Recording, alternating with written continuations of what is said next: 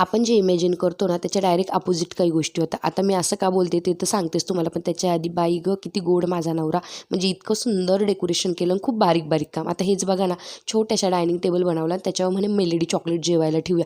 आता कोण याचे मेलेडी चॉकलेट बघणार आहे, तरी याला ठेवायचे होते. आता तुम्हीच कमेंट करून सांगा हसण्यासारखी गोष्ट आहे की नाही. असंच दिवसभर हसत मजाक करत आम्ही छान डेकोरेशन केलं, पण इतका छान दिवस गेला. आणि सगळ्यात इम्पॉर्टंट म्हणजे हे छोटंसं वादळ हिमांशच्या मांडीवर इतकं गोड बसलं होतं, म्हणजे हे तर आमच्या डायरेक्ट इमॅजिन आपण म्हणतो ना, खरंच असं इमॅजिन आम्ही केलंच नव्हतं. आम्हाला वाटलं का जेव्हा बाया येतील आणि त्याच्या अवतीभोवती उभ्या राहतील तेव्हा हा जोरजोरात रडणार आहे की हे सगळं काय करताय, मला नाही करायचं. पण त्याच्या एकदम अपोजिट त्यांनी केलं की मस्त रिस्पॉन्स दिला. हिमांशच्या मांडीवर छान बसला, हिमांशही त्याला घेऊन बसला. आणि हे सगळं आमच्यासाठी खरंच जरा शॉकिंगच होतं, पण मस्तच झालं. आणि नंतर ह्या पोरांची बघा ना, चॉकलेट उचलण्यासाठी जी लगबग चालू होती ना, ती मजा एक वेगळीच आहे बघा. आता तुम्ही असा होता आजचा छान दिवस, आणि खरंच आजच्या दिवशी माझ्या तरी सगळं मनासारखं भेटतंय.